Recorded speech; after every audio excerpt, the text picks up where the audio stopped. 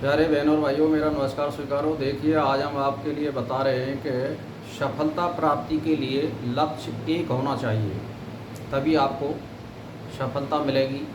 जैसे मान के चलिए, आप शिक्षा प्राप्त कर रहे हैं या व्यापार कर रहे हैं या किसी प्रतियोगिता में भाग ले रहे हैं या कोई हम रिद्धि सिद्धि कर रहे हैं या हम अपनी प्रतिभा को और ज़्यादा उज्जवल बनाना चाहते हैं, तो जैसे मान के चलिए हमें विद्या प्राप्ति कर रहे हैं तो हमें केवल एक ही लक्ष्य रखना पड़ेगा कि हमें विद्या प्राप्ति के लिए प्रथम लक्ष्य होना चाहिए कि हम जो है गांव में, स्कूल में, तहसील में या ज़िले में या फिर राज्य में या इंडिया में यानी भारत में हमें प्रथम आना है। हमें ये लक्ष्य नहीं बनाना है कि हम थर्ड डिवीज़न आएंगे या फर्स्ट डिवीज़न आएंगे, हमें टॉपर का लक्ष्य बनाना है। तो उसके लिए हमें उसी प्रकार की मेहनत करनी पड़ेगी। तो जो चीज़ नहीं आती है उससे गुरु से पूछिए, जो आपके अध्यापक पढ़ाते हैं, और अपने साथी संगियों से पूछ लिए जो विषय नहीं आता है। लेकिन आप 2-2, ढाई घंटे सुबह शाम घर आकर के पढ़ते हैं और व्यसनबाजी से दूर रहते हैं, यानी 2-2, ढाई घंटे का मतलब है 5 घंटे का अध्ययन सुबह और शाम।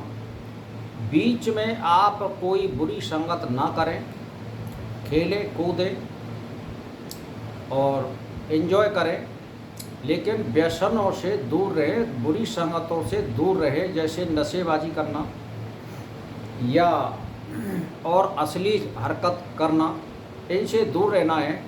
यदि आपको मान के चलिए किसी, ये तो परीक्षा हो गई, शिक्षा हो गई, तो फोकस आपको शिक्षा पर ही रखना है और कुछ नहीं लेना है। यदि हमें किसी प्रतियोगिता में भाग लेना है तो किसी प्रशिक्षण देने वाले गुरु की शरण में जाइए और उस प्रतियोगिता से संबंधित जो संकेत होते हैं या जो अभ्यास होते हैं उनको ज़्यादा से ज़्यादा अभ्यास करें और आलस बिल्कुल ना करें। उसके लिए आपको 4 बजे से खाट में से बैठा होना पड़ेगा, उसको आप लक्ष्य बनाइए। और ये मैं आपसे लिए बता रहा हूँ, चाहे कितने भी ग्रह प्रतिकूल हों, अभ्यास करने वाले के लिए वो भी अनुकूल बन जाते हैं। तो एक बार असफल हो सकते हैं, 2 बार असफल हो सकते हैं, ये मैं आपसे दावा कह रहा हूँ कि तीसरी बार असफल नहीं होगे। आप मेहनत करिए, लक्ष्य एक ही रखिए। तो एक बार में तो कोई भी नहीं होता है, लेकिन पूरी मेहनत करिए और लक्ष्य आपको अवश्य प्राप्त होगा। हाँ, इतना है कि जैसे मान के चलिए भाई, आपने परीक्षा पास कर ली, 80-90% आपके अगर अंक हैं, तो अपनी योग्यता के अनुसार ही आप कोई प्रतियोगिता चुनें, या कम पढ़े लिखे हैं तो पुलिस या मिलिट्री का लक्ष्य बनाएं।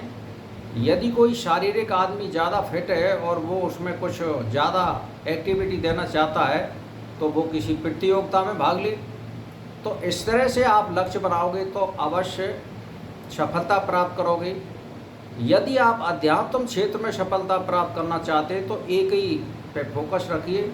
अध्यात्म से संबंधित या धर्म से संबंधित पुस्तकें पढ़िए, गुरु की शरण में जाइए, सत्संग करिए, साथी संगियों से तर्क वितर्क करिए। तो कहने का मेरा मतलब ये है कि वेद में जो मार्ग दे रखा है या हमारे 6 शास्त्रों में जो मार्ग दे रखा है, वशिष्ठ में मार्ग दे रखा है, रामायण में जो मार्ग बताया है, महाभारत में, गीता में जो मार्ग बताया है, बहुत ही सरल है और सुलभ भी है अगर आप करना चाहें। लेकिन सत्य पर चलना ही टेढ़ी खीर है आज के ज़माने में। तो इसमें झूठ सांस इनसे परे होना पड़ेगा, छल कपट से दूर होना पड़ेगा, व्यसनों से दूर होना पड़ेगा। बस ये बाधा है, इसको दूर कर दोगे तो भगवान आप अपनी शरण में वो ले लेता है उसको। तो अध्यात्म क्षेत्र में इस तरह से सफलता प्राप्त करें।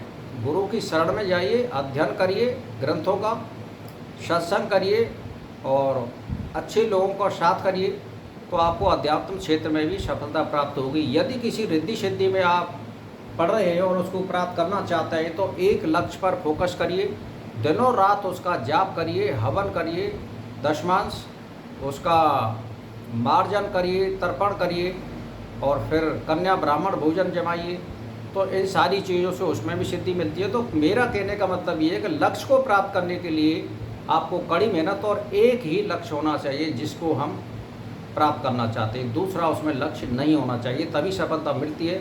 भाई और बहनों, ये एक मंत्र है, एक विचार है, इस पर विचार करिए और सफलता प्राप्त करिए। मेरा इसी के साथ नमस्कार स्वीकार हो।